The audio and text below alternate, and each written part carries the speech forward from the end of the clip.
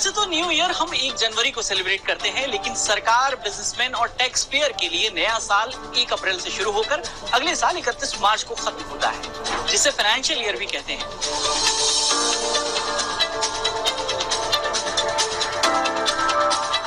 दरअसल इस दौरान हम अपने खर्च और कमाई का ब्यौरा तैयार करते हैं। मार्च महीने में सभी अकाउंट का हिसाब किताब होता है और फिर उसे क्लोज कर दिया जाता है। इसके अलावा tax, home loan, housing loan और इनकम टैक्स रिटर्न का भी कैलकुलेशन इसी दौरान होता है। वही फाइनेंशियल ईयर से पहले सरकारें आने वाले साल का बजट भी पेश करती हैं। भारत में अभी फरवरी में बजट पेश होता है, जिसमें 1 अप्रैल से लेकर अगले साल के 31 मार्च तक का हिसाब किताब होता है।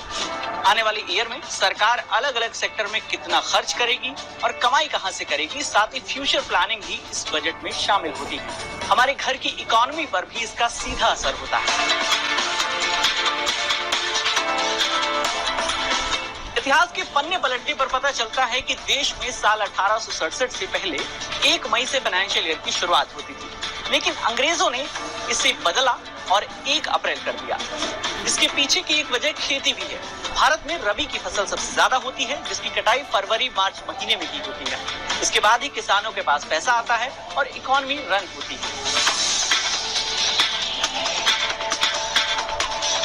दुनिया में 150 से अधिक देश हैं जो नए साल यानी 1 जनवरी से ही अपने फाइनेंशियल ईयर की शुरुआत करते हैं। वहीं अमेरिका में 1 अक्टूबर से और पाकिस्तान में 1 जुलाई से नया फाइनेंशियल ईयर शुरू होता है। पिछले 150 सालों से देश अंग्रेजों की परंपरा को फॉलो करता आ रहा है। इसमें बदलाव की बात भी कई बार हो चुकी है।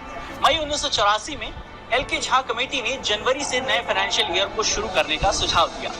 मोदी सरकार ने भी साल 2017 में फाइनेंशियल ईयर को 1 जनवरी से शुरू करने की बात में इंटरेस्ट दिखाया।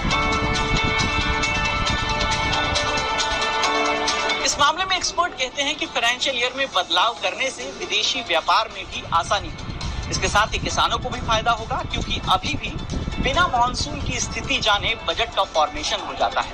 ऐसे में सूखा, बाढ़ जैसी सिचुएशन के लिए हम रेडी नहीं हो पाते। अगर 1 जनवरी से फाइनेंशियल ईयर की शुरुआत होती है तो संसद सत्र और बजट का टाइम टेबल भी चेंज हो जाएगा। इतना ही नहीं, बिजनेसमैन और कंपनियों को भी कई बदलाव करने होंगे। यही कारण है कि अभी तक फाइनेंशियल ईयर में बदलाव पर कोई डिसीजन नहीं हो पाया है।